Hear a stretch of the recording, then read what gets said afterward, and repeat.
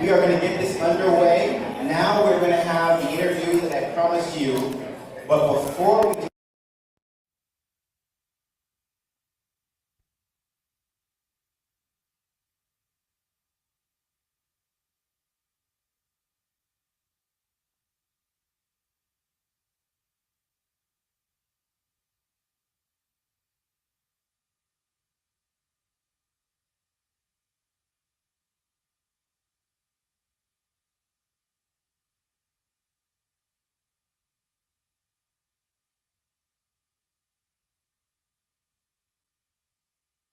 just took a position also as VP at high school, so I'm busy, been having a blast.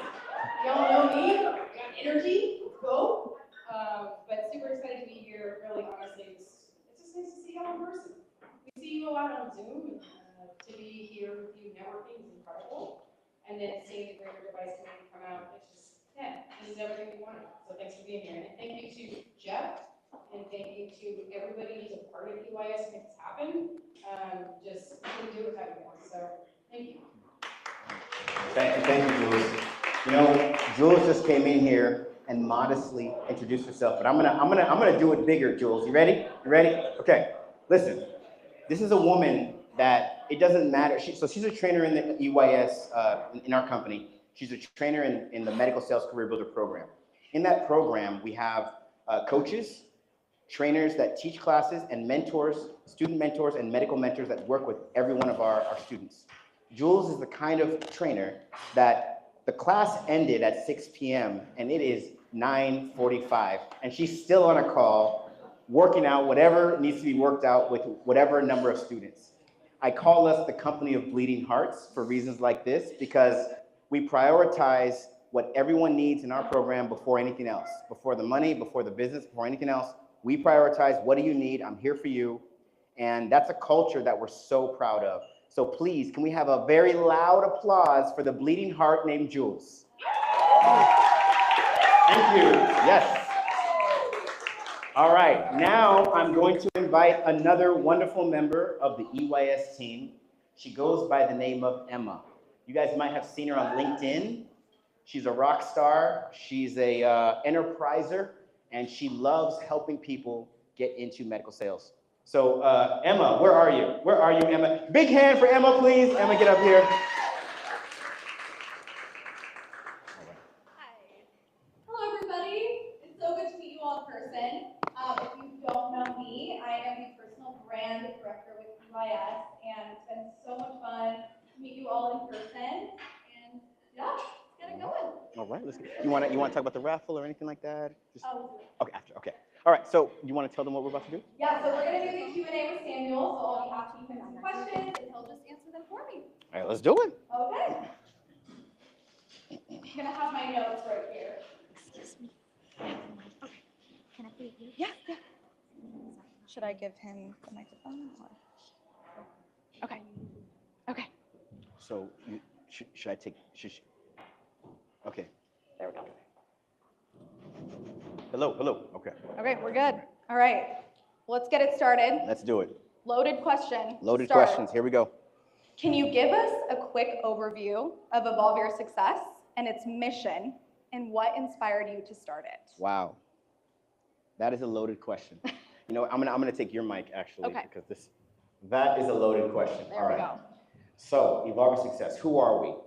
We are a company that is focused on improving patient outcomes in healthcare. What does that even mean, improving patient outcomes? So doctors are all about patient outcomes. MedTech companies are all about patient outcomes, and all the reps that work in these spaces are all about patient outcomes. And this is how we contribute to those patient outcomes. Number one, we put the right people into the right position, into the right specialty, the right company. What we firmly believe is that if you have a passion to impact patients' lives, and you have a great work history, you've been serious about who you are, your work ethic, and you're ready to do something different, then we want to bring you into this space, and we want to put you where you belong. And because you're in the right position with the right specialty in the right company, you're going to give it your best, and you're going to be an amazing asset to every single healthcare practitioner you work with, which of course will lead to better patient outcomes. And that's what we're about. I love it. Now, two of the things that we do is we help and train medical sales reps. So we train medical sales reps to be better. So if you're a medical sales rep, doesn't matter your specialty, and you're looking to elevate yourself to be more for your customers and more for your company, we train. And then the last thing we do is we work with MedTech companies and we train their sales professionals to sell powerfully on social media, AKA LinkedIn. What you guys don't know is LinkedIn is a cornerstone for our program and for medical sales. And it wasn't like this 5 or 10 years ago. It is like this now, where it's almost like if you want to find out where medical sales reps hang out, you go to LinkedIn. And it's really cool because you can find positions through LinkedIn, you can find access to your customers through LinkedIn, and if you know what you're doing, you can sell powerfully through LinkedIn and of course, improve patient outcomes. So that's what UIS does, and that's what we're about. I love it. Loaded question with a loaded answer, but you're so right, and it's really been impacting so many people. So thank you for what you do. Thank you. So as someone with extensive experience in medical sales, have you ever faced a failure or setback in your career that shaped how you run EYS today? Wow, that is a loaded question. Another one, yeah. All right, so really, to answer that question, I actually had a personal setback. So let me give you guys, I'm gonna take you guys back about 20 years. And I started in pharma. So I went from pharma to biotech to training, and then I got into medical sales through training, and then I worked with everybody except for healthcare software sales. But back in pharma, when I got into the industry, I was really good. It was fun. I loved what I was doing. I loved who I was talking to, and I had a very good. I was very good at making an impression on customers to take action and help patients with the solutions I sold for the company I worked for.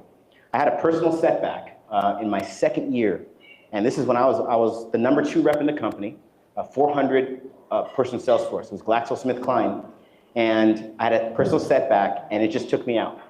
I didn't show up the way I wanted to. The job was just hard, and I kind of said, okay, look, I was performing at a level. Something in my personal life set me back. What do I need to do? What do I need to get in front of to get back to performing at that level? That introduced me to Tony Robbins, introduced me to self-help groups, introduced me to a whole leadership, self-development community. And that's where I got my roots in self-development. And the reason why it stuck with me is because I did all that for about maybe 6 months. And I not only got back to my level of performance, but I exceeded it. I went into a higher position. I got promoted. I mean, it was just, everything worked out. And I said, wow, you know, there needs to be something out there for anyone that wants to elevate their lives, to learn what it takes, get the foundation, and grow from there. And that literally shaped, all the way down to the name, Evolve Your Success. So Evolve Your Success isn't about, oh yeah, let's be successful and rich. And sure, that's part of it, but it's about, literally, it doesn't matter who you are. If you're trying to get somewhere in this life, there's a way to do it. And if you care about progressing your life, no matter how high of the mountain you've reached, you need to evolve. So that means you're literally going to evolve your success. The journey never stops. Yeah. And I'm a firm believer that until the day I die, there's always growth. Now, that does not mean, you know, you got to make $1 million or $1 billion. No, that's not what I'm saying. I'm saying no matter who you are, no matter where you are, no matter what you think you can do, there's a better version of how you deliver. And why not live a life where you have full access to that version? So whatever you want in this life, you can literally go out and get. And that's what it means to truly evolve your success. And that's what we're about. I love it. Yeah, thank you. Absolutely. Yeah. Absolutely. It's so important to always be working on professional development and learning how you can always get better every single day, and having a group of people around you that are there to support you and are also trying to get better themselves is very impactful. So cool. You kind of touched on this already, but what programs does EYS offer? Sure. And how do they specifically help aspiring and current medical sales professionals? Right. So we have, the first one is the Medical Sales Career Builder. That program is literally designed to help a professional get into medical sales. We have people that, most people have a bachelor's degree. Of course, we work with people that do not have a bachelor's degree. But I'm going to say this, and this is for everybody listening online and all of you here. If you do not have a bachelor's degree, you can get into medical sales. The reality is, everybody you're competing against, like 90% of the people you are competing against have bachelor's degrees. So I want people that are trying to get into medical sales or have thought about it and are listening right now and are thinking, well, you know, I don't have it's not that you don't have a bachelor's so you can't get in. It's just that hiring managers are going to look to people with bachelors before they look at you, which forces you to have to elevate whatever you bring to the table in an amazingly powerful way. So in our program, we do work with those individuals, but we focus a lot on people with bachelors. We also work with clinicians, and we help them get, like I said, and I'll say it again, into the right company with the right specialty and the right position. Yep. That's our medical sales career builder. Our sales training program is called the Medical Sales Builder. It's exactly what it sounds like. You're a MedTech professional. You want to get better. We literally work with you. We train you. We do spurts of 3 months and 6 months, and then you can renew it, and we train you until you get to where you want to go.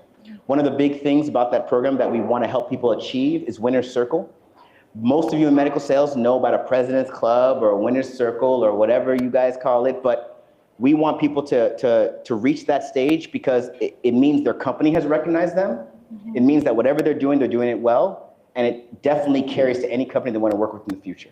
And then the last program we have is called Evolve Success LinkedIn Social Selling, and that's the one where we help MedTech companies train their sales reps to sell on LinkedIn.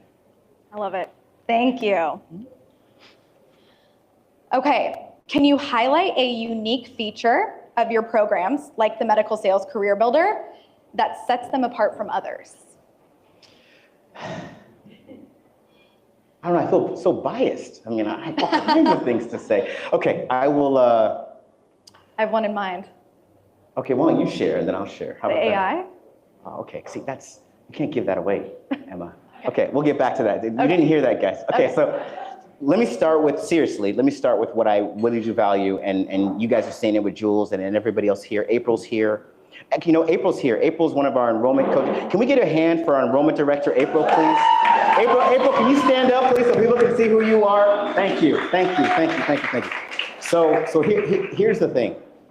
I believe that one thing that separates us from anything else is that we really are about mentorship, right? We want to be dialed in. We want to be with you so that you understand the foundation to a framework to work in and be better. We want to be dialed in so that whatever nuances of specialty you want to get into, you have. Whatever you want to understand within the program itself, you have someone to tap on for that as well. And then really the work ethic. Medical sales is about work ethic, in my opinion. If you have a low work ethic or you're just not clear on what it means to have a powerful work ethic, you got to get good with that before you get into a medical sales position. And you'll see, for people that don't have that and get in, they quit very quickly, right? There's a whole narrative that people don't know of medical sales reps that get in 5-6 months, they're quitting. This happens every day. It's like a rash.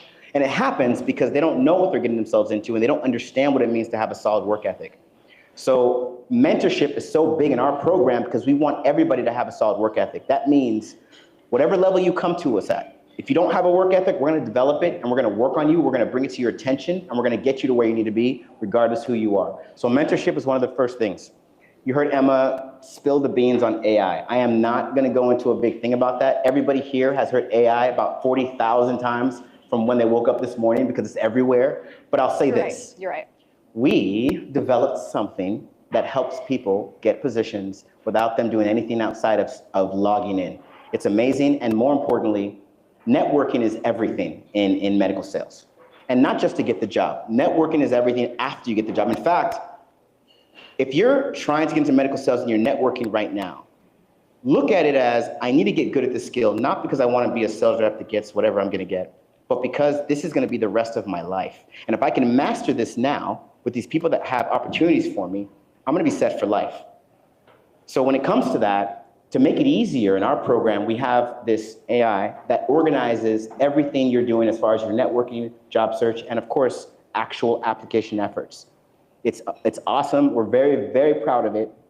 And we're not proud of it because we have this cool thing that's relevant and, sexy right now, for lack of a better word. That's not why we're proud of it. We're proud of it because it was birthed from a need. It was birthed from realizing that people need help organizing how to structure their time, their days, who they reach out to, what they're saying, how they're powerfully communicating, and this helps them. So those are two big things that separate us from everyone else. And that is just scratching the surface. I mean, the mentorship, just everything that the program has is just unlike any other. So. And now you open the faucet because I have more. I'll give two more. Let me just give two Okay, more. okay. All right, so two more. I'm not going to sit here and talk about the program. I'm not trying to sell anybody. But I have to say this. You guys have to know this. A big thing about the Medical Sales Career Builder that I want everybody to just really hold on to is that we really believe that the skills you develop in our program are the skills you have for life. So we're the kind of program that if you're not showing up the way you need to, because we know how you need to show up in this medical sales world, we're gonna call you out. We're gonna call you out, we're gonna size you up, we're gonna say, let's have a come to Jesus moment, and let's discuss what you really wanna do, because the way you're showing up right now is not in line with what you really wanna do. That's the kind of company we are. Everybody here has that culture, and we're very proud of that culture. Yeah. So I'll leave it there. Great, thank you so much. EYS helps students develop a powerful mindset. What practices do you personally use to maintain resilience and growth as a leader? Okay, like what I do. Yeah. All right. So I meditate. Okay? I like to go to sleep early because if you go to sleep early, you can wake up early. Because our business serves East Coast, Midwest, and West, I prefer 5 a.m. Before I get cracking on anything, I do the meditation, and then I set my intentions for the day. I think that's incredibly powerful. It is.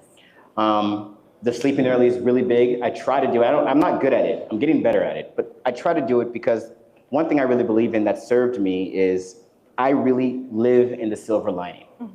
Meaning, it doesn't matter what happens in my world, it's an opportunity.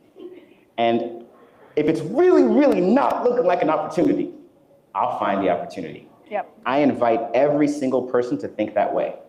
What life has repeatedly told me over and over and over again, and why I have that part as part of my practice, is that if you can somehow find the opportunity in everything that happens to you, you are going to live one heck of a powerful life. I love it. Thank you for sharing that. Absolutely. Absolutely. What is next for EYS in 2025, and how do you plan to expand its impact? Ooh, okay. So you know what I hear when people graduate from our program and get these wonderful jobs like Aaron and Lou and Casey and Margie, you know what I hear? And Cameron, I'm gonna keep doing that. Let me just stop. Okay. You know what I hear? More than anything, I hear, Samuel, you need to do a better job with your company of being known. Because I almost did not know you guys existed, and holy goodness, I'm so glad I did. Yeah. So when you ask me, what are we doing to have a bigger impression and bigger impact in 2025? Well, you guys are looking at it, right? This is our first live event. Can we get a round of applause for our first live event? Right? Our first live event. Look at everyone that showed up. Look at the culture and family we're building, the network we're building. We're gonna have a lot more live events, in the teens as far as how many we're gonna have this year. So we're really excited about that. Like you mentioned earlier, the AI thing is pretty transformative. So we're gonna be doing more things around that.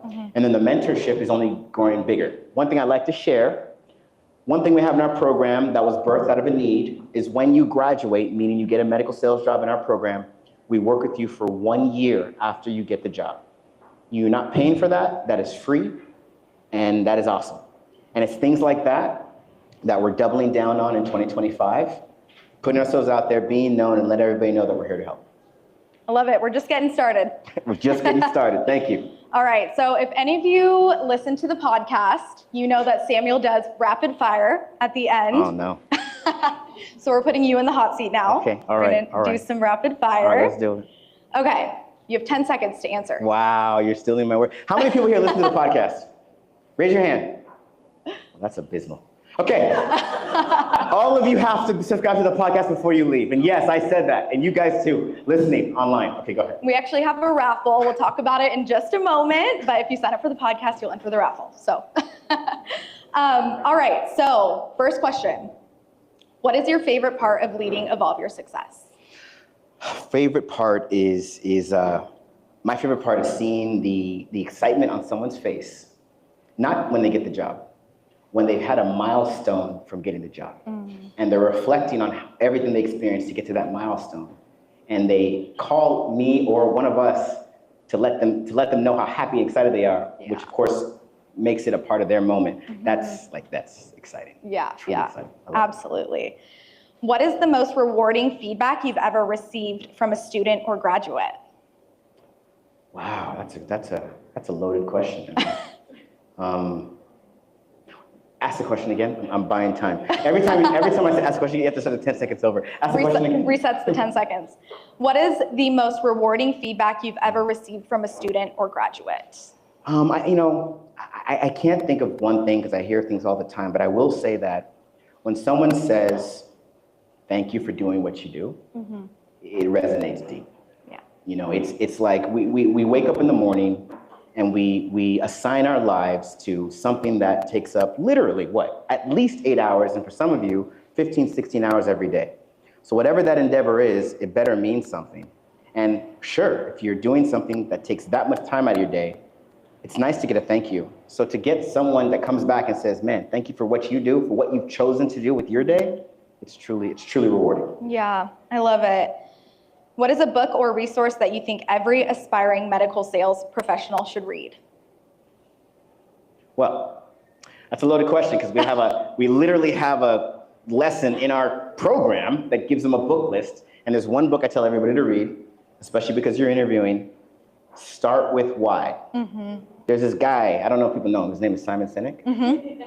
And he wrote this book, and it just captures the essence of how to promote whatever you think you should be doing and why. So Start With Why would be a book I'd tell everybody to pick up and read. I love it. Yeah. I mean, there's so many resources out there, but that is a really, really good one. If EYS had a theme song, what would it be? Oh, what? Oh, gosh, I don't even know that one.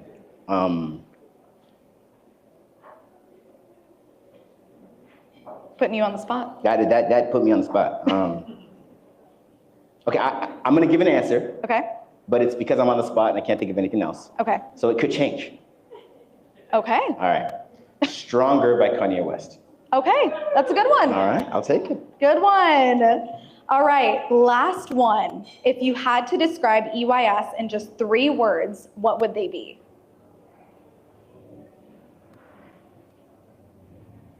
Evolve your success. Come on. Oh, you're not accepting it? You're not Wait. By level of applause, do we like that answer? Okay. All right. The crowd answered. The crowd has spoken. Okay, well, thank you so much, Samuel. Absolutely. Thank you for sharing all of your knowledge and your help. We just really appreciate it. So thank you. Do we want to roll any questions out to the room? Any questions? Does anybody have any questions? All right. Oh, there's always someone. There's always yes. Somebody. You asked the question about how many people listen to the podcast and people raise their hands. How that's visible. How are you looking at that as an opportunity to grow what you're speaking about and getting that message out to achieve some of the goals that you talked about? So let me make sure I understand the question. Are you asking me how I'm going to grow the podcast or something else? Yeah, exactly. How I'm going to grow the podcast? Yeah. Okay. Wow, that was a good question. Okay. So number one, we're definitely going to talk about it at events like this. If you raise your hand if you're on LinkedIn. Good. I like it. Raise your hand if you've seen me on LinkedIn. Okay. Raise your hand if you know what YouTube is. Raise your hand if you've seen me on YouTube. I got 1, 2. Raise your hand if you have Instagram. Raise your hand if you see me on Instagram. X. Raise your hand if you see me on X. TikTok, which we still have. Raise your hand if you see me on TikTok. Okay, so where is it? What was your name? Tim, those are some nice glasses, man. I see you. So Tim, that's what I gotta do, right? We're not on Instagram, really. We're not on TikTok, really. We're not on X either. We really only live on LinkedIn. So in 2025, I'm gonna make some very deliberate efforts to get this amazing message that we have out on these other social media platforms. And then as far as live events, this is the first of many. So yes, that's what I'm doing, Tim. Thank you very much. Absolutely. That is actually a perfect segue into what we're going to talk about next. But before we close out the interview, any more questions for Samuel? Yes. All right. So my name is Savannah. Hey, Savannah. Hi, I've been following both of you on LinkedIn for quite some time now. And I mean, the impact that you've made on this industry is really just remarkable. I just want to say that. Thank you. But even outside of that, so where do you see EYS in the next 5 years? Where do you see, so this is your first live event. Yep. Where do you see that going? Yep. That's an awesome question. So, I'll say this right now. I'll say what EYS is and how medical sales is a part of that. We are a transformative company. You come to us when you want to transform. Right now, we are transforming for medical sales.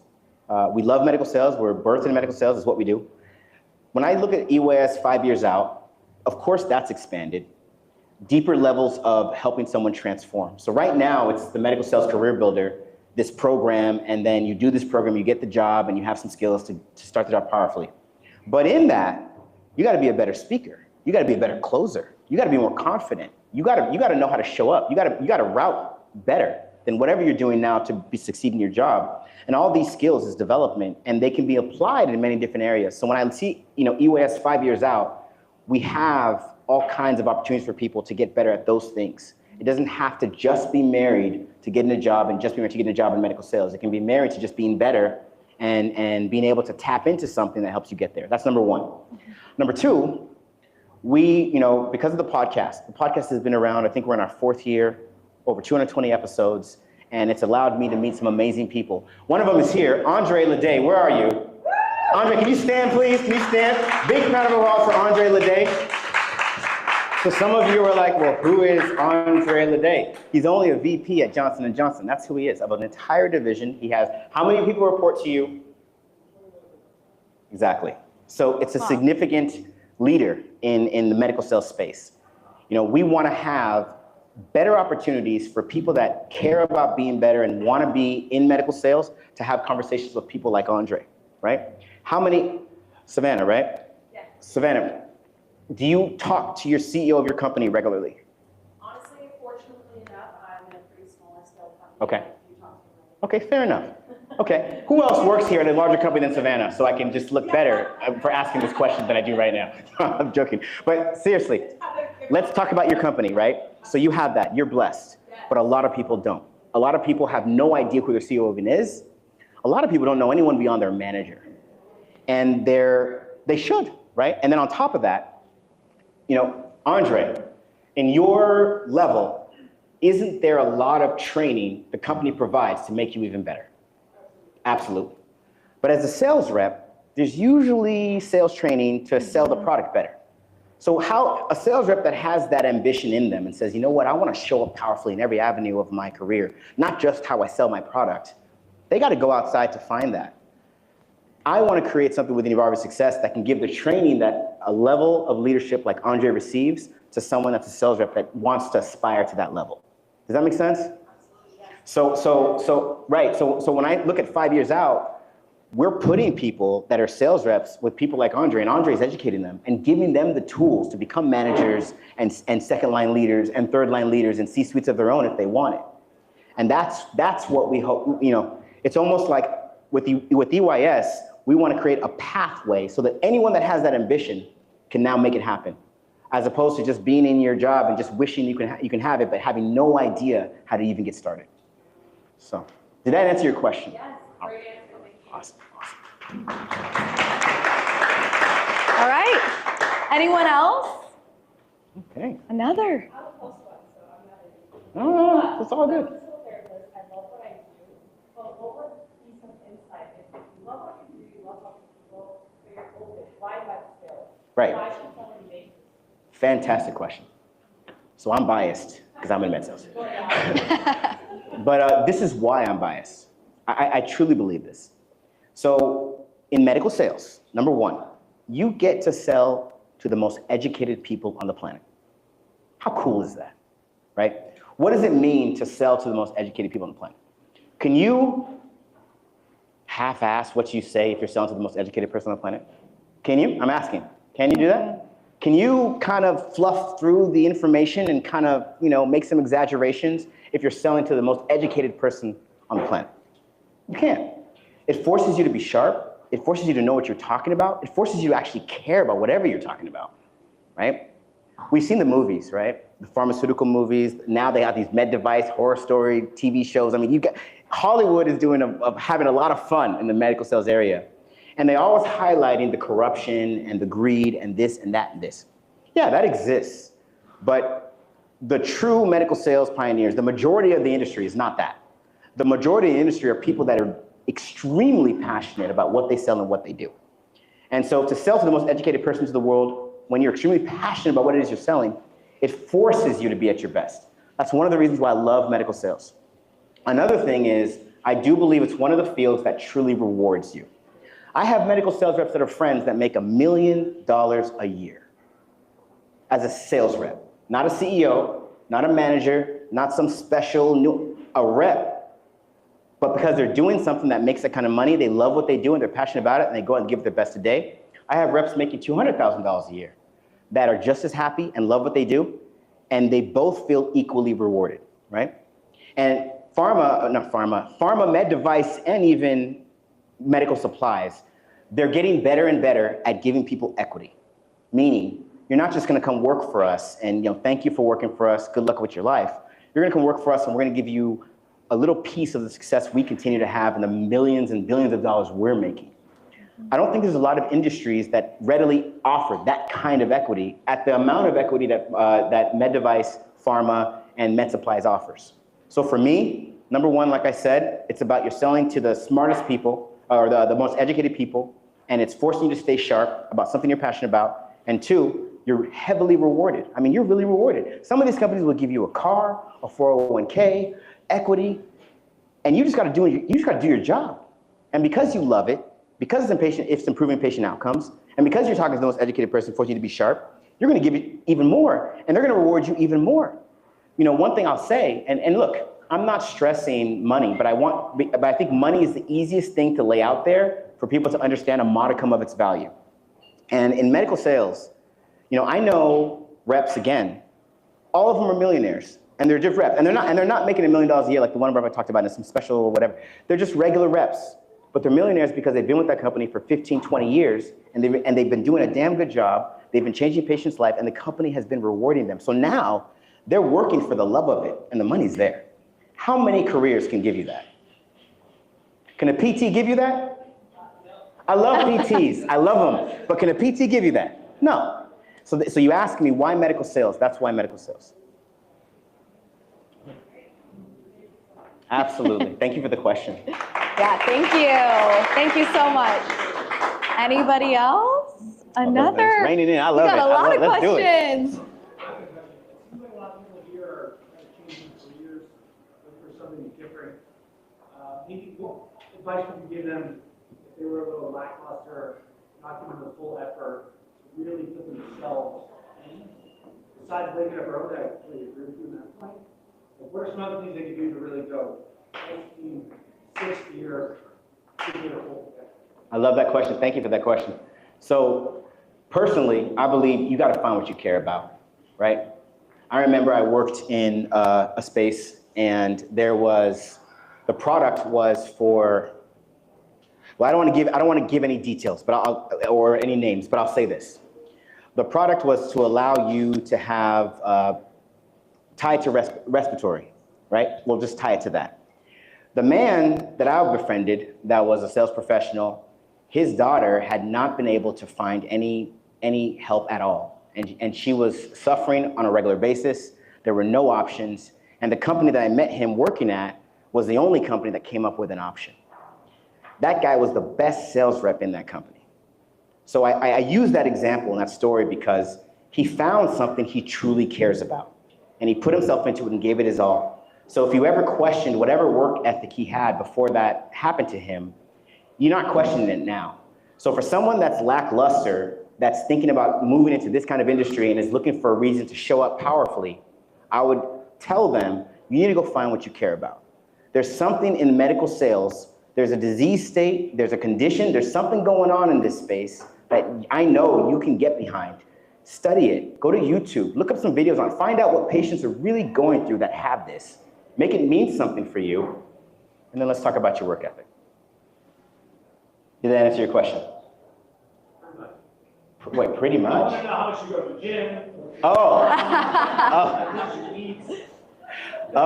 There's, in my life, personally, like, I've been through some lackluster careers and things like that, but once I really decided what I wanted in my life, it was success. Not monetarily, not whatever, just for me to stop beating myself up for not Sure. being the person I wanted to be. Sure. I realized that for me personally, that's what drove me to MedTech. So I don't know, it's kind of changed everything. Yeah. Waking up early, doing this, going to doing nothing, not paid, just working, not for someone else, not for my family. Right. For me. It worked out, so I was hoping you guys can work out. You were like, I was hoping you would say that. I broke your heart right now. I broke your heart. But here's what I'll do though. I'll say this. I still think that ties back to finding out what you care about. You were blessed to find it on your own. And you found a reason to go to the gym, to get organized, to go after your passion and make something happen. Anyone that's lackluster, yes, they can wake up early and get organized and try to be better and change the habits. But what I've seen over and over and over again, and training people over and over and over again, is that when you're not sure why you're doing whatever it is you're doing, you will not keep it up. You won't give yourself the opportunity to develop the habit. Because life really is about habits, but you have to start with why are you even trying to have this habit? And that means you have to ask yourself the tough question, what do I care about? And there's no wrong answer, because there are reps that are changing patients' lives that only care about money. There are reps that are changing patients' lives that only care about helping patients. The reps that are changing patients' lives that only care about being the smartest in the room. Whatever you care about is your business, but you need to find what you care about and let that lead you. So I hope that was a better support to the disappointment I gave you for answering your question. Let me know how much you swap. Great question though, seriously. Thank you for asking that. All right, thank you all so much for participating and asking Samuel your amazing questions. And thank you so much, Samuel, for coming up here. Absolutely. Yeah. So next segment, is that where we're going? Yes. Okay. So, next segment. So you had mentioned about the podcast, so perfect segue. So we're gonna have a raffle tonight. The grand prize is some EYS swag, so a sweatshirt and a mug, as well as a $200 Amazon gift card. So your first entry into this raffle is gonna be subscribing to the podcast. So everyone take out your phones. We made it as easy as possible to scan the QR code. I like it. So if you guys don't know what the podcast is, I mean, it's incredible. Samuel interviews people every single week. They're medical sales professionals as well as clinical professionals in the medical industry.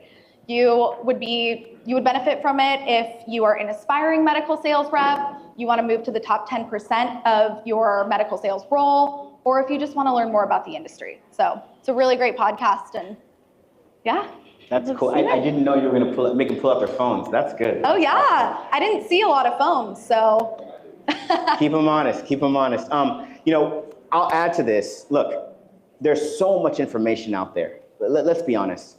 If you want to know anything in this life, it's out there. The issue is it credible information? Is it valuable information? Does whatever I'm listening to know what they're talking about? The reason the Medical Sales Podcast was created is because I wanted to educate everyone on what medical sales really is. So it's a podcast yes, it's all about medical sales professions. It's all about all the different types of medical sales you can do, but it's truly the person behind that profession, the lifestyle. So you're listening because you want to learn what else you can do in medical sales. That's why you listen to it. You want to learn what medical sales is about, what are the different specialties, what really happens in these specialties. That's why you listen, and that's what the show's about.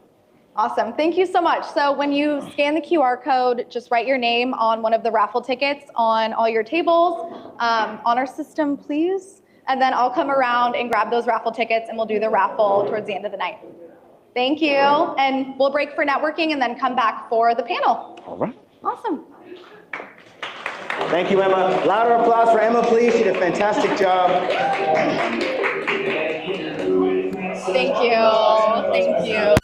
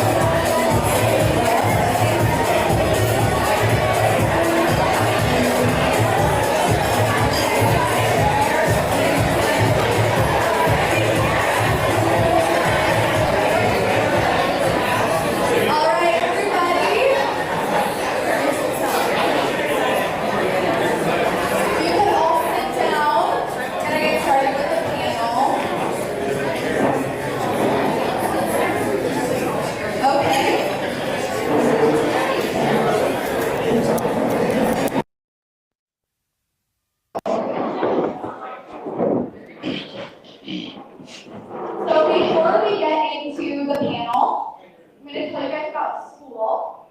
I don't know if you've heard of it. It's an app. It's great for communities, but UIS is starting a school. And we're so excited about it. So the goal is, the goal is to build a community of professionals in medical sales, from aspiring professionals, reps, VPs, CEOs, to physicians, clinical professionals. And really the goal of it is to just get everybody together and help each other out. So this school community is going to have, it's a place where you can network with medical sales professionals. There's going to be training, specialist training, live Zoom events, in-person events, support, and reward. It is completely free. It's going to be a really great platform for all of us to come together. There's an app for it. It's going to be super easy to use. And it is, signing up for it is the second entry into the raffle. So we have a QR code. Make it easy again. So when you scan the QR code, write your name down on another raffle ticket on your table, and you'll be entered to win the raffle, and we'll do the drawing shortly after the panel. Thank you. I'll take it. So about that school community, earlier I said, if you want to find a medical sales rep and you don't know where they hang out, jump on LinkedIn because they literally are all there. As far as the Evolve Your Success medical sales community, we're going to be on school. So, you know, take that QR code down, join, doesn't matter who you are. You know, if you're a clinician, if you're a student, if you're someone who wants to get in, if you're someone that's in, if you're a leader, take it down because it literally is going to be the hangout for all medical salespeople to be better, transform, and live the lives they truly want to live. You want to be a part of this, so please take that QR code and join school. All right, let's get into the panel. We got these lovely people up here. I'm going to introduce everyone. Let's talk about microphones, though. You guys need one. So do we have one over here? Let's see. Okay. So what we'll do is we'll pass this microphone around. Perfect. We'll start with you, Andre. Right. All right. Just hold it. Yeah. Don't pull. Okay. All right. So this is what's going to happen. We have a VP of Johnson & Johnson, a graduate of the Medical Sales Career Builder Program, a rock star of the 1099 life, a man that's come up through the ranks, rep all the way to the top, that's a trainer and deeply immersed in education for Evolve Your Success, VP of a startup, MedTech, and senior trainer in Evolve Your Success, and another rockstar graduate who is in a pretty cool specialty coming out of our success. We're gonna ask questions. I'm gonna ask you guys these questions, and we're gonna start with you, Andre. All right. So Andre, as a VP of Johnson & Johnson, how does J&J ensure equity in hiring, particularly for candidates from non-traditional sales or healthcare backgrounds? Yeah, I think that's a great question. I think one of the things that Johnson & Johnson in particular has found is the recipe in the vigor that we find for success by having a very diverse background of employees that make us successful. Johnson & Johnson's history started with that framework over 130 years ago. So some of the earliest employees and leaders that we brought into our organization were actually women that were brought into our chemical plants and some of our manufacturing. And so that depth of knowledge as well as expertise started the framework. And now you'll see the framework of Johnson & Johnson be very much a global network of just really strong talent that comes to our organization. One of the things that we do, or several of the things we do, everything from early in career at the college level, I would say we do a great job of doing a lot of campus recruiting. We have some really strong networks with HBCUs as well as Rutgers and other universities across the country. The other thing that Johnson & Johnson does a great job is also seeking out employees at various networks. So I heard someone earlier tonight talk about National Sales Network and other opportunities where literally you have folks that come from all walks of life and have an opportunity to get into either pharmaceuticals or medical sales that have the intangible skills that basically put them in a strong position to be interviewed on the spot and get jobs in medical sales, in particular with Johnson & Johnson. So I think Johnson & Johnson does a really great job looking far and wide at the talent and the behaviors that will deliver success in the future. Awesome. Thank you for that, Andre. I'm going to ask you one more question, then we're going to move to somebody else. What are the top 2 to 3 mistakes you see from entry-level medical sales reps, and how can they avoid them? Okay, this is a good one. I will say, and this is something I had as someone who started as an associate sales rep myself over 15 years ago in the OR. You'll find that there are some folks that feel they are working hard because they have perfect attendance in the OR. So you get to the OR, you're there all day with your favorite surgeon, you're talking to the staff, you cover their cases, and boom, you think, magically, I've done my job, I should be successful. That is not enough. You have to do your due diligence of not only doing a great job clinically in that OR, but we all have quotas. We all aspire to do something possibly different than what we're doing today. And those numbers and those expectations change every day. So if you don't plan appropriately with your time and your effort to bridge that divide to the next new customer, the next new person you need to know, and do that in a very methodical and purposeful way, you will not be successful. And you're working hard, but you won't be successful. What a frustrating feeling that can be. You're getting 60 hours a week in the OR, your legs and your arms are tired, you're hauling around all these trays, but you're not successful. And people are asking you, what more can we get from you? This isn't working out. And you're like, I'm doing everything I can. You have to find those mentors and those folks that can help you to be everywhere and anywhere at the same time. And that's a very, very fine art for the folks that do it really well. So you're also taking that 4:30, let's say you get done at the end of the day, 4:30, you're ready to go home, you're walking down the hallway, you're going to turn left, you're going to turn right, you're going to talk to that additional surgeon that has time at the sink and that may not be on your normal block schedule. You're finding that time to create value for your team. You're doing the extra things that make your team more successful, not just doing what you're asked. So that's one piece of advice. The other piece of advice is once you've actually made it, and you've had that really, really great month, let's say you get your first paycheck from a commission, and it's like a $20,000 paycheck month, you're like, woohoo, I've made it. You get comfortable. You get real comfortable. You start thinking, I've made it, so this is how it's gonna be. All that money is gonna keep rolling in, and I'm gonna do the same thing I did yesterday, and that paycheck's gonna keep coming. That's not how it works. You've gotta reinvent yourself every day to stay relevant. You have to stay hungry. As someone who is still up here hungry, I'm going to tell you, it doesn't go away. And it can serve you and give you an opportunity in this amazing career, but just realize that you get into it what you put into it each and every day. You have to find a way to reinvent yourself to do it. So, awesome. That was awesome. Thank you so much for that, Andre. Now we're going to move to someone that also shares a title of VP, but is for more of a startup environment. She goes by the name of Jules. Jules, are you ready for the first question? Let's do it. All right. All right. What's the biggest challenge when scaling a MedTech sales team, and how do you approach it? So when you're in a startup, you're dealing with limited resources, you're dealing with a product, and that can be an incredibly difficult challenge ahead of you. I think for me, it becomes finding really key distributor partners and forging really healthy relationships with them. So when you're dealing with distributor partners, they're not your employees. They are business owners. You need to respect that. You need to bring your own value. So in a way, I'm kind of like a super rep. I got like MD on one side of my brain, and I got like super rep on the other side of my brain. Because sometimes these distributors don't have time to train maybe someone young in trauma, but I'm obsessed. I mean, anyone who knows me, especially if I was in the crowd, can say, Jules lives and breathes structure here, right?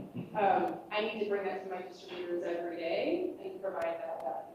And so it's really building those networks that's critical in an early stage startup to getting, actual product in the hands of surgeons in a way that is healthy. It's really great to start getting stuff in the hands of surgeons fast, so that dies really quickly if you don't do it the right way.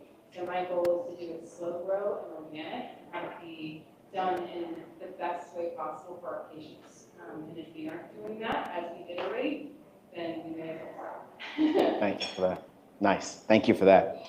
Okay, we're going to move it now to Diana.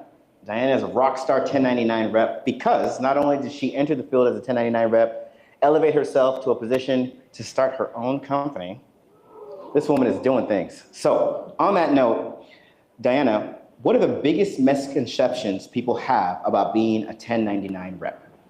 Good question, Danielle. I would say most people they think that 1099 is super, have a lot of freedom and flexibility, but what they don't see, you have a lot of discipline and the self-management and be proactive to, build your relationship, like networking and driving results.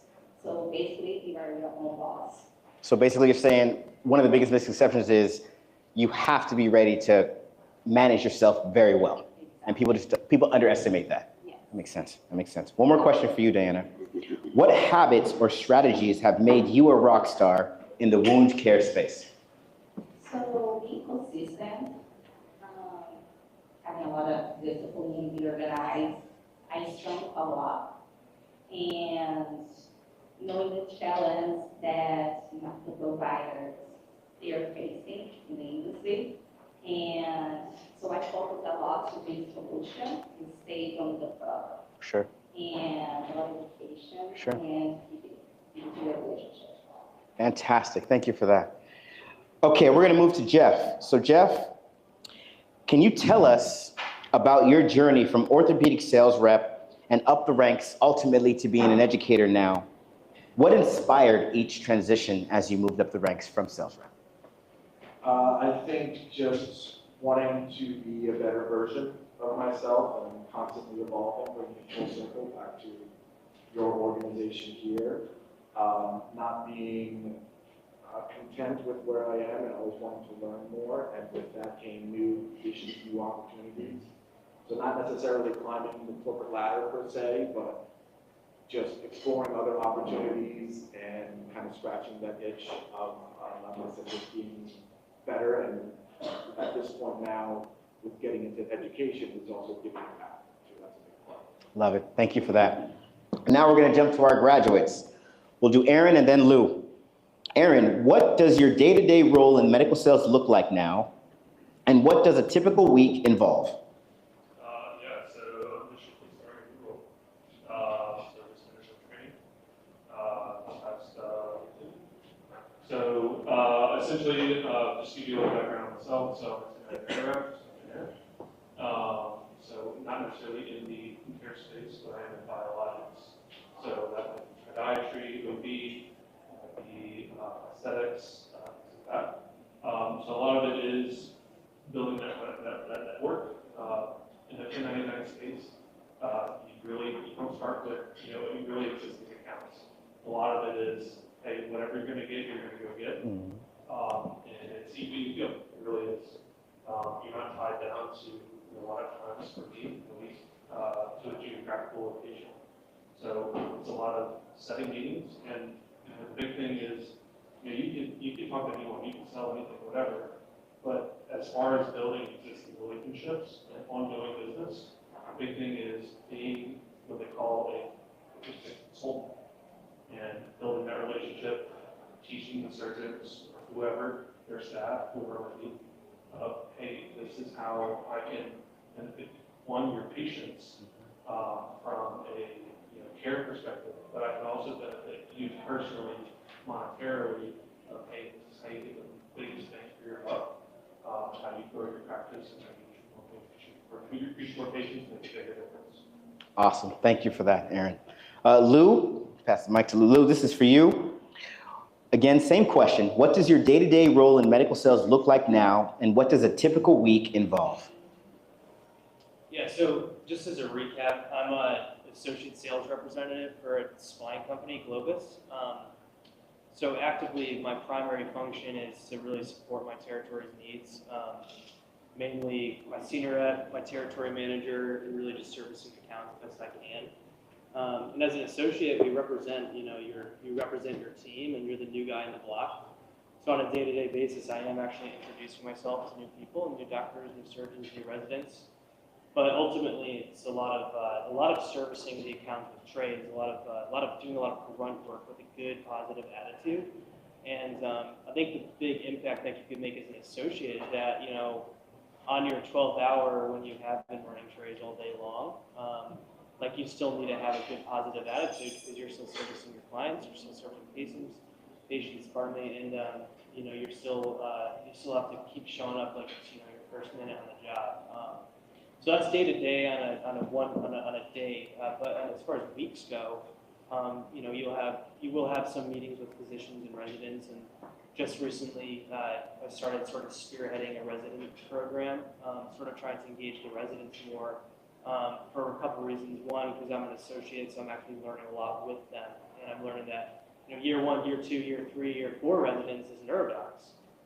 It's a continuous professional learn for sure, but sometimes we have engaging conversations because we are learning some similar things clinically. But they're going to be the future doctors of the world, and at Globus, we like to try to start those relationships a little bit early. And ultimately, that's the company I work for, it's the team I work for. So day to day, week to week, I'm a team player, and try to provide value in the best way I can. Love it. Thank you for that, Lou. We're going to go back to you, Andre. We're going to piggyback on the last thing that I asked you regarding these quotas. So do you think medical sales reps are given unrealistic performance targets? And how does J&J support them in achieving these targets? We're coming with the heat. Well, first of all, I want to make sure I keep it short because you guys did a good job. I feel like I talked too much.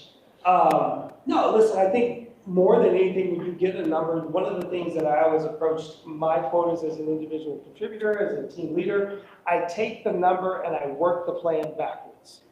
So I don't think, very similar to you, I don't see anything as unattainable. Amen. Right? So that's my mindset Amen when to I that. get something.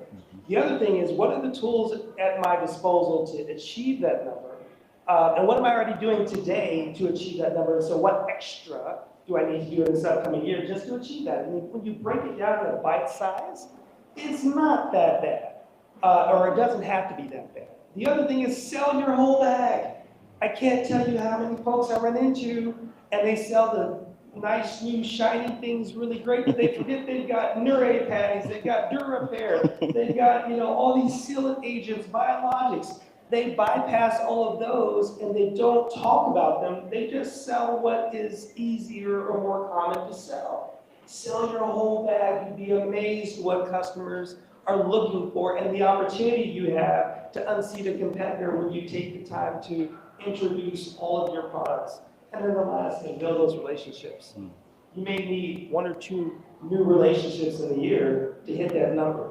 That means you start year 4 and baby steps. And you ask for the opportunity, that niche case, that niche opportunity on the Wednesdays when usually no one's there, whatever it may be. And then next thing you know, you've got that extra cadence you need to hit your number. So I don't know that they're unattainable.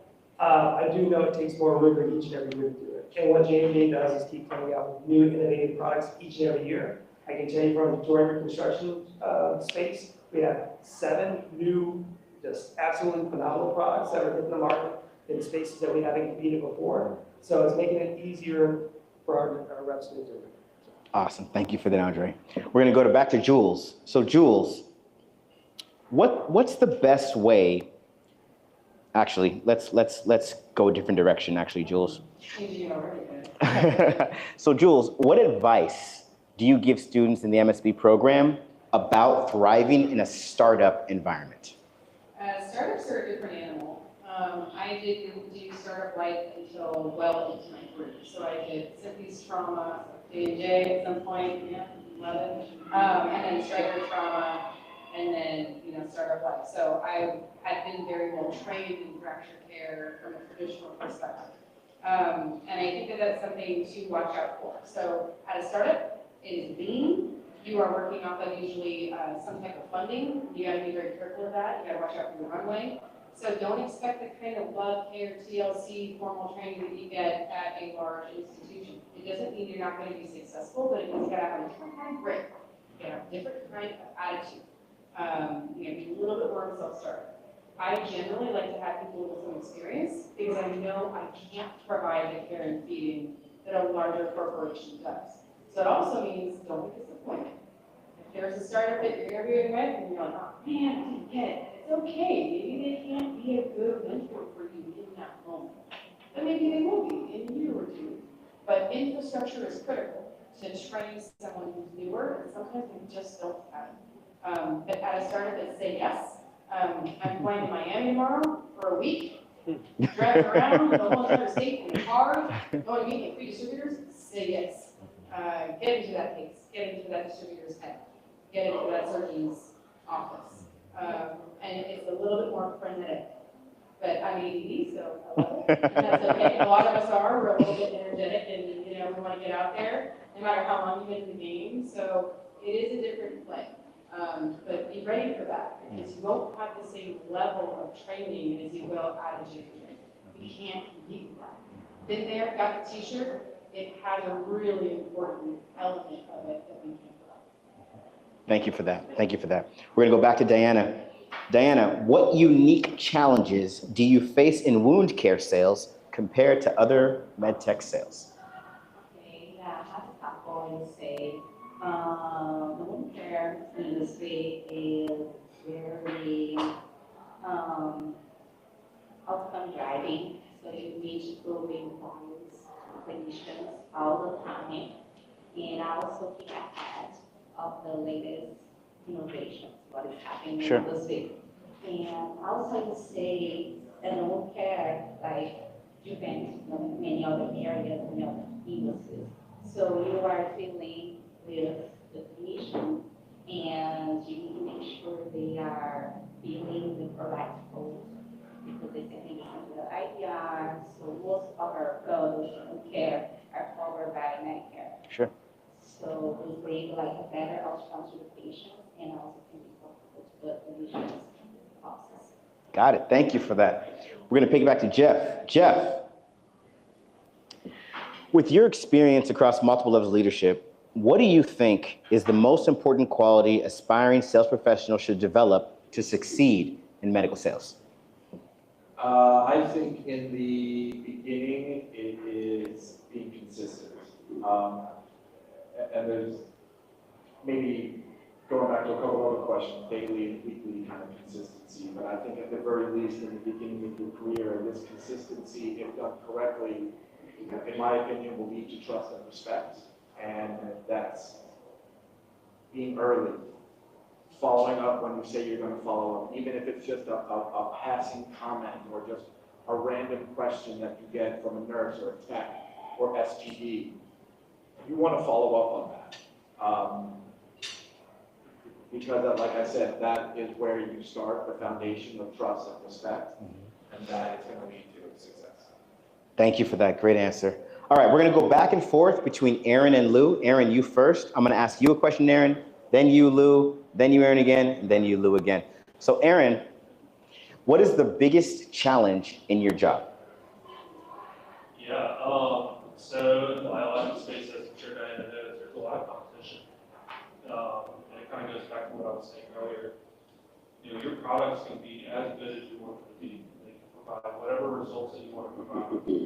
But at the end of the day, if it comes to, a surgeon or whoever it might be, between your product and competitors, a lot of it comes to who you are, what kind of value you actually provide, what kind of mentorship you provide.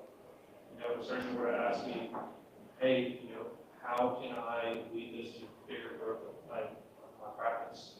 And for me, if I'm competing against, kind of like a blood transfusion type process, it's a totally different animal. But you might realize, okay, well, this process takes, an hour of the patient's time, an hour of the surgeon's time.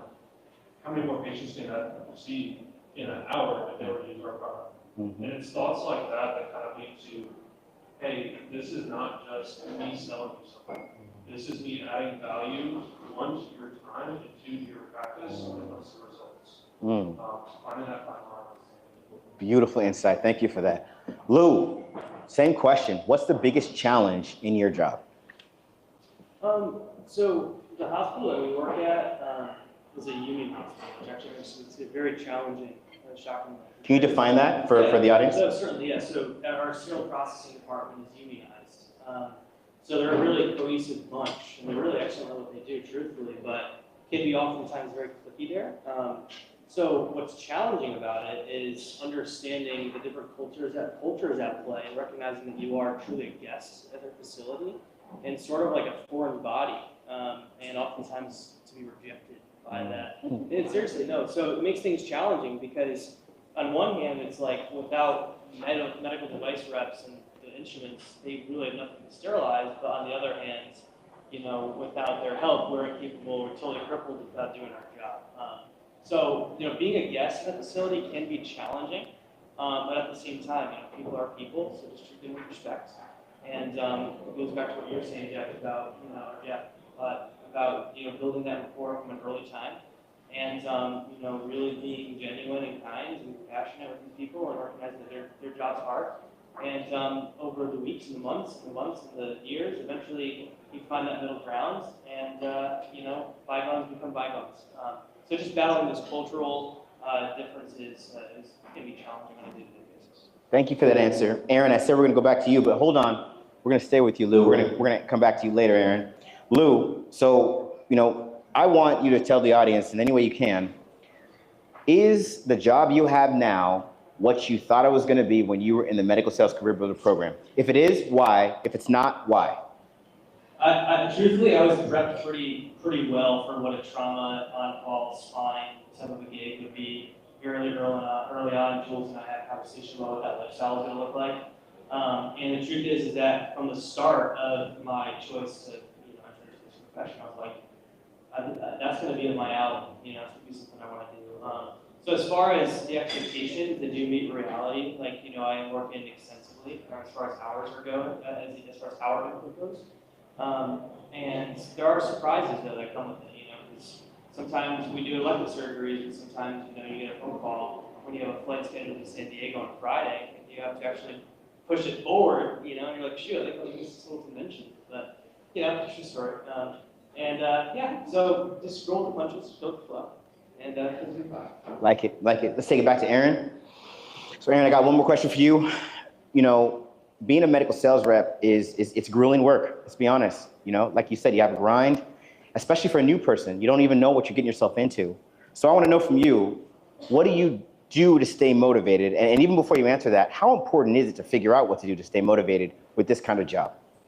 Yeah, I think the best I can draw with this is actually from my last role. So a little bit about my last role. So it was kind of a similar space within the craniofacial loop. Where, you know, I was working that 6 hours a week, 90 hours a week, you know, just anywhere for work. The reality of it is, you know, your impact can go as far as you want to go. Basically what I mean by that is, you know, you could be just the normal rep who just, you know, cycle trays and restocks, throws them on the shelf, and brings them to the OR when it's your turn. You know, the rep that's really going to succeed is the one who, is quote unquote like the Google of the OR. You know, if a surgeon has a question about a certain product, being able to provide that information. But the background of that is you have to put the work in beforehand, before you're introduced to that scenario. Because the day that you're introduced to that scenario, you're not prepared for it, that could be make or break. It makes a huge difference with the surgeon if you're prepared ahead of time. Thank you. Great answer. Let's bring it back to Andre. After that, may I suggest we humbly open it up to the audience? Oh, yes. I'm just over here asking questions.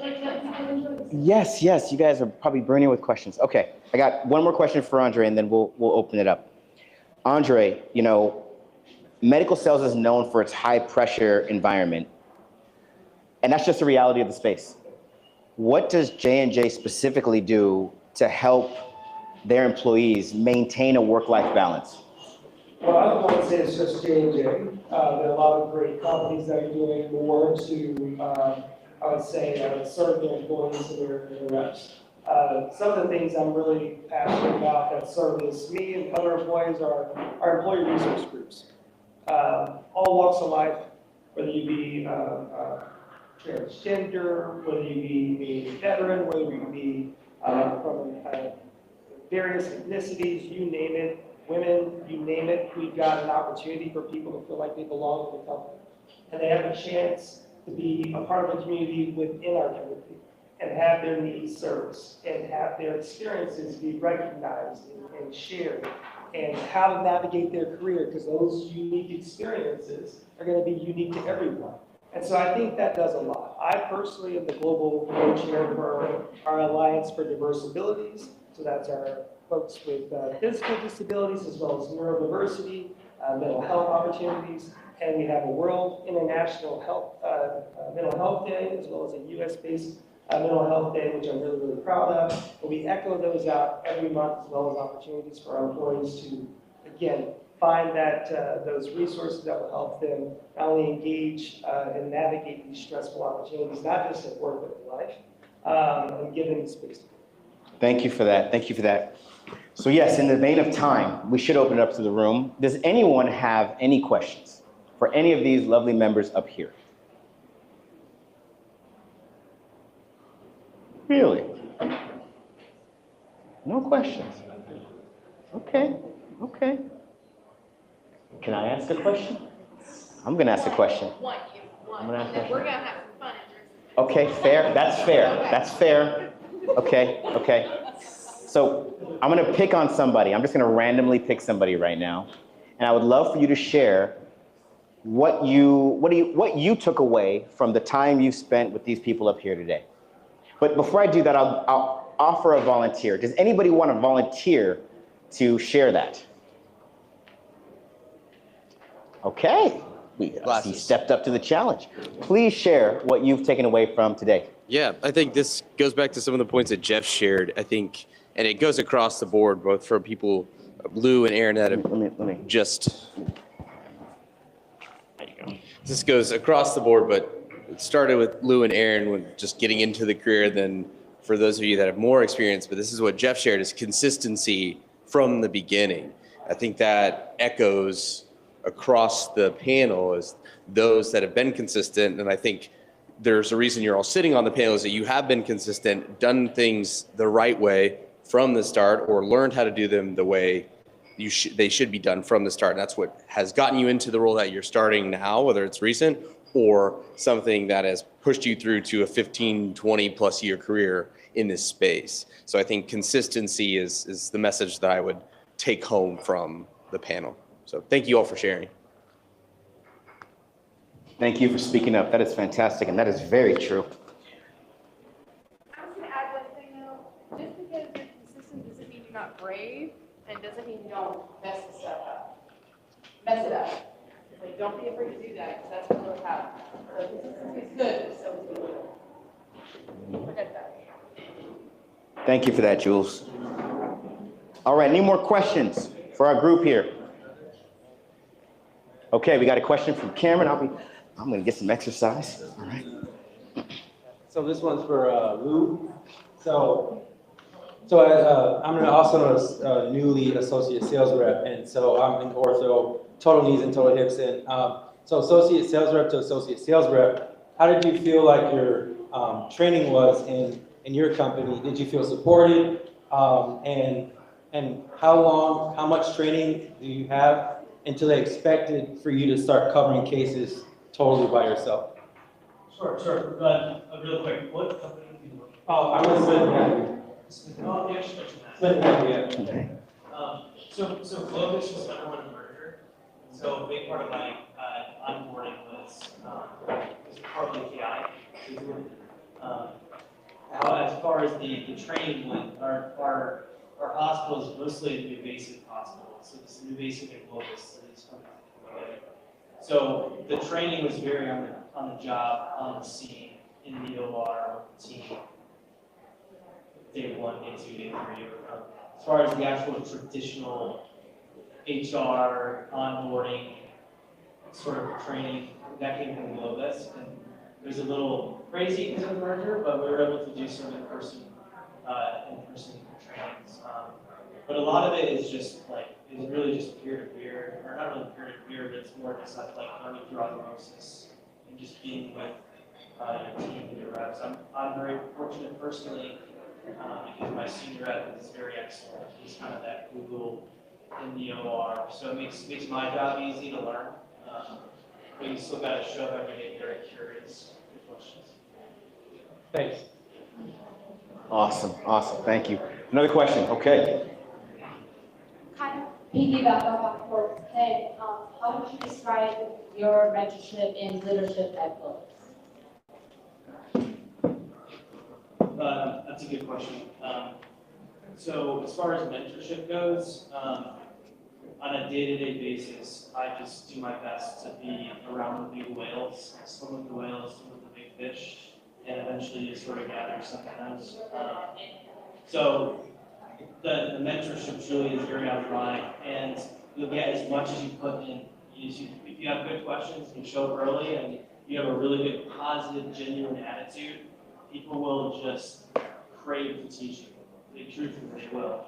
But if you have an attitude, poor listening skills, and you think something's coming, or you think you have, something coming to you, then nobody's going to want to teach you, right? As far as the actual leadership of my team, it was very early on in my interview cycle that I knew that I wanted to be led by my manager, and I expressed that to the team pretty early on. So, and not every personalities are going to click, right? And different mission statements don't align. But I was lucky because I still am because my leadership is exceptional, and they're very considerate of myself as a team, as an associate, but also as a human being, and that'll help them. They're also very competitive, extremely excellent at what they do, so that's a really, really big part of the picture. Awesome. That's incredible to hear. Thank you. Awesome. Awesome. Thank you for that question. We got another one back here. More of a statement than a question. When Andre was speaking about how utilizing that shiny product, where everyone just sells a shiny product, where utilize that to sell your whole bag. An example, our company, we have a national sales conference coming up, and they brought up, we're going to go over, we have new product, we're going to be the exclusive for something short term, where it's 2 weeks. And I was like, well, how can I use that 2 weeks? That's a very short time to help grow my territory. And when I was hearing him mention that it really resonated. That, like an example, we're finding offices that say maybe fiercely loyal to a competitor, and they have reasons such as, oh, they bring us free test strips or whatever it may be. We don't offer free test strips. That hey, you go in there and you utilize that moment that we are that exclusive provider for this month to generate one case, one patient, and build off that, show them that you are what you do provide, and just build off of that versus just, hey, we're the exclusive provider, so you set a list of accounts that you can utilize, and you have exclusive rights to a product, or it just came out. And what are those targets that you should focus that time on in that limited time to really build in and think different than other sales reps who just go out there and are just saying the same things everyone else is saying. Just send us your business, we want to be your top one. Find ways that you can generate revenue for the company and build trust slowly, not just by saying, we want to be your number one. We want all your patients. We want all your cases. Just find one way to get in there and build off that. Nice. That's really going to resonate with me. Nice. Thank you. Okay, do we have any last questions from anybody? Oh. Hey guys, my name is Justin. My background is more Is it okay if we go over a little bit? I don't worry. AI always one thing, so I'm not gonna. I appreciate you. But kind of breaking into the field now, you guys We're have done. been almost So we're just exposed. gonna. Are you seeing more questions to help support your portfolio selling mentality being driven by data and data strategies? Is that something you're seeing adamantly? That's a great question. I think the big evolution on data that I've seen, and I'd be interested in others' thoughts, is there was once a time when folks thought the commercial opportunity was selling data, right? Oh, I've got this treasure trove of data, it's worth this much money to somebody, or at least I think it's worth this much money. And with the advent of technology and increasing the availability of data, that's not necessarily the case anymore. What's really the value to me is how do you bring our data together to bring an output that's valuable to both. And so that's really what I'm talking about. When you see quantum computing coming around the corner, and what that means. I know J&J's invested in polyphonic data and integration with healthcare systems, and so that's going to be big for us. But it's just the notion of what more can you do to serve patients efficiently, effectively, and I would say with higher satisfaction by bringing data together from both sides to service the needs.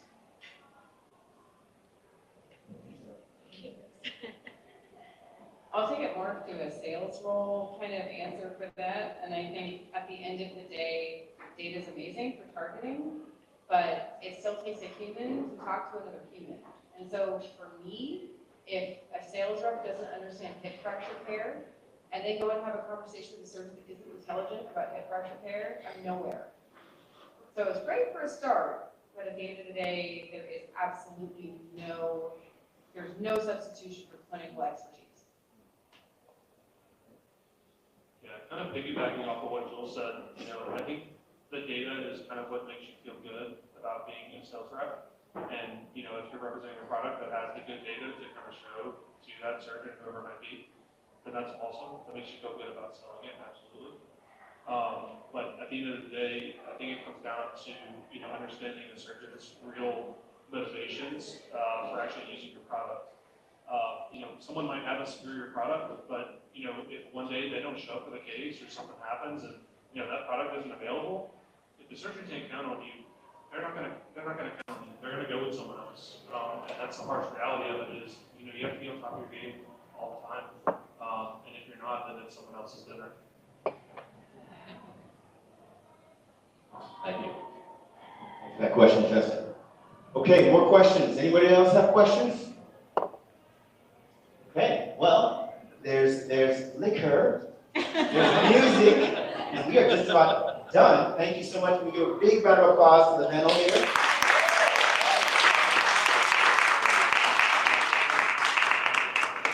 Thank you all for just taking the time to share your insight, your knowledge, and drop some pearls on this wonderful audience. Sincerely appreciate it, and truly thank you guys again. Can we give them one more round of applause?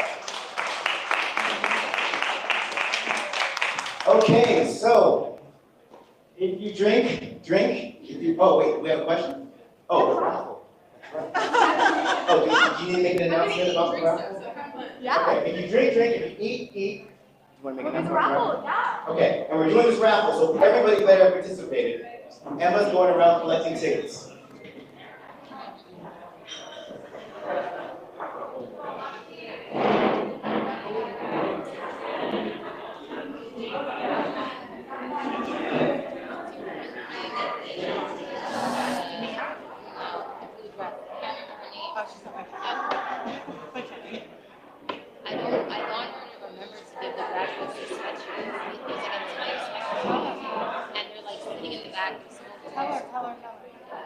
Never tell her now. No, they're gonna leave.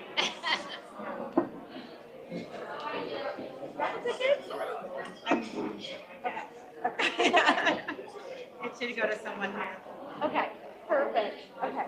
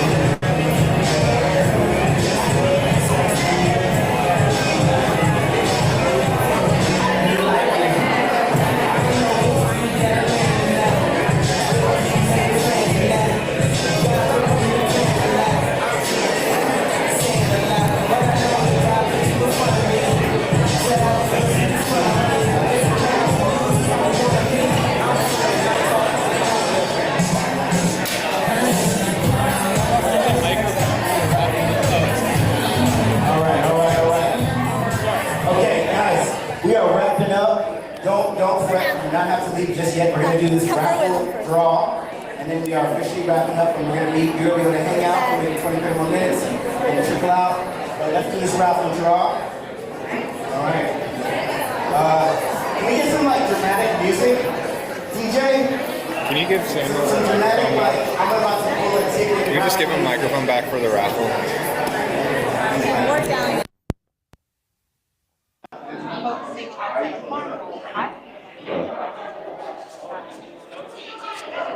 Is it possible, Will, or is this too big of an ask? Like a drum roll? Oh, okay. Okay. All right. Can we have a little bit of excitement from the crowd? Like, come on, some engagement. There you go. Come on. Thank you. Thank you. All right. So there'll be a name or a number. Okay.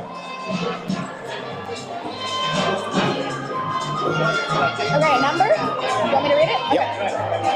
All right, we have a number.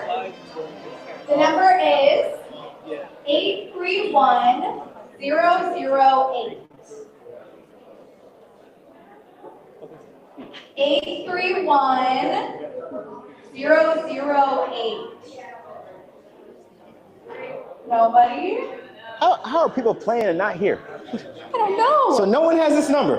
Okay. All right. All right, man. Yeah, okay. 2 people left, so it might have been them. Okay, we're going again. Okay.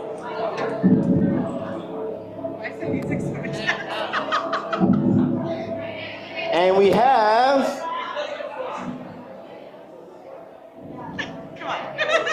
Cameron.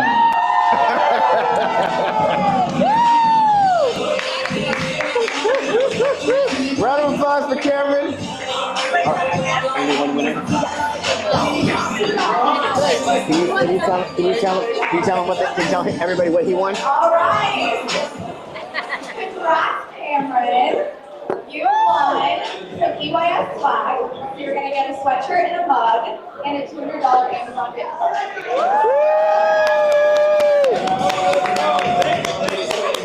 Okay, thank you. All right, you guys, this event is over. If you plan to leave, we need to make sure we know you signed in and left your name or email. We have to know that you were here. And if you didn't, then you can leave whenever you like. It's a free room. Thank you so much for coming. We couldn't do this event without you coming, so thank you again, and I hope you had an amazing night. All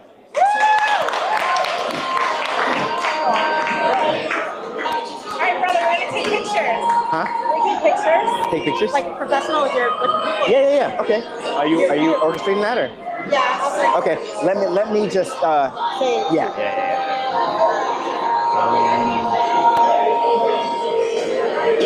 How was it, man? You enjoy yourself? You're a good speaker. I appreciate you. Thank you. Yeah. No. Oh yeah. Graduates, yes. Okay. Give a sweater. Announcement for them to meet over there so I can sign them up.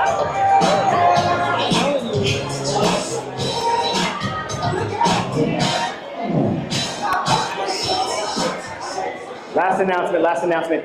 All graduates that are here tonight, we're gonna give you a EYS sweater. Please meet Jenny. If you're a graduate and you're here tonight, please meet Jenny over here. Get your sweater and leave with some swag and make sure you wear it when you're cold. All right, that's it. Thank you. Hey, Mia gets one too. Hey, Jenny. Lauren gets one too. You guys are all getting sweaters. Thank you. Can I have your contact? Yeah, let me get my, yeah, man. So, Is this your name, sir?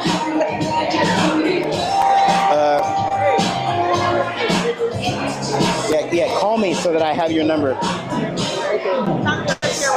Okay.